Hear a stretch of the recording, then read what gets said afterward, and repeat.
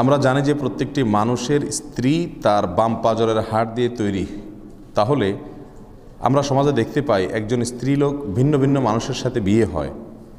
দয়া করে একটু বুঝিয়ে বলবেন, মানে তাহলে এই মহিলা কয়জনের হাড় দিয়ে তৈরি হলেন?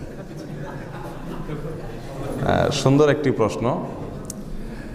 এই প্রশ্নটা অনেকেই করেন। দেখুন, এই প্রশ্নের ভিত্তি হলো একটা ভুল ধারণা।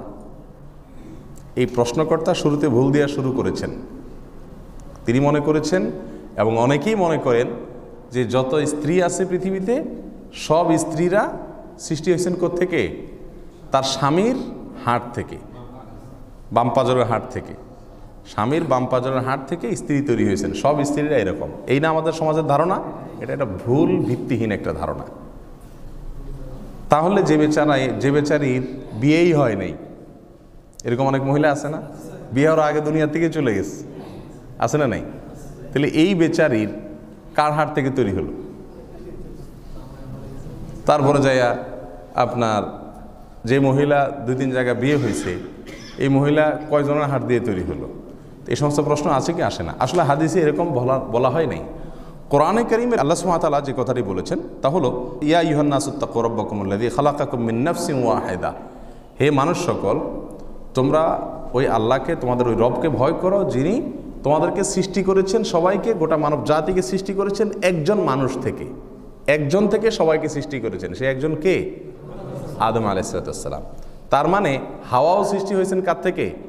আদম থেকে। তারপরে এবার তাদের দুজন থেকে সৃষ্টি হয়েছে। তাহলে বাম পাজরের হাড় কথাটি প্রযোজ্য শুধু কার ক্ষেত্রে? আদম হাওয়ার ক্ষেত্রে। যে মা হাওয়া, তাকে আল্লাহ তাআলা সৃষ্টি করেছেন কোত্থেকে? আদম আলাইহিস সালামের বাম পাজরের হাড় থেকে। আদম আসলামকে মাটি থেকে তৈরি করেছেন, তার বাম পাজরের হাড় থেকে তৈরি করেছেন তার স্ত্রী হাওয়াকে। এরপরে এই দুজন থেকে শত শত হাজার হাজার বা লক্ষ লক্ষ কোটি কোটি অগণিত নারী পুরুষ সৃষ্টি করেছেন কে? আল্লাহ সুবহানাহু ওয়া তাআলা। এই আয়াত থেকে বোঝা গেল যে বাম পাজরের হাড় দিয়ে তৈরির বিষয়টা শুধুমাত্র কার ক্ষেত্রে ঘটেছে? হাওয়ার ক্ষেত্রে ঘটেছে। এখন আপনার স্ত্রীও আপনার বাম পাজরের হাড় থেকে সৃষ্টি হয়েছে এরকম না। আপনি বাম পাজর হাতায় লাভ না যে হাড় গেল কই। হাড় আছে জায়গা মতো, দেখেন, কোনো অসুবিধা নেই। কারণ হলো আপনার স্ত্রী আপনার পাজরের হাড় থেকে তৈরি হয় নাই। কথা কি বুঝাতে পারছি?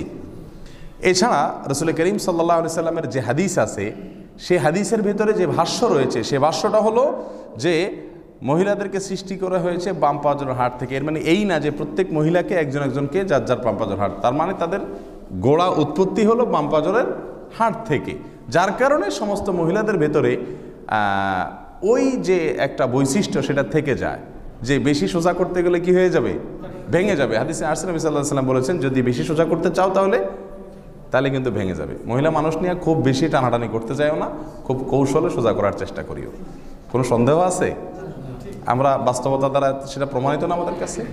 এই জন্য প্রশ্নর উত্তর হলো যে সব মহিলারা সব স্বামীদের কাছ থেকে তাদের বাম পাজরের হাড় থেকে সৃষ্টি হন নাই। এ ধারণাটা ভুল।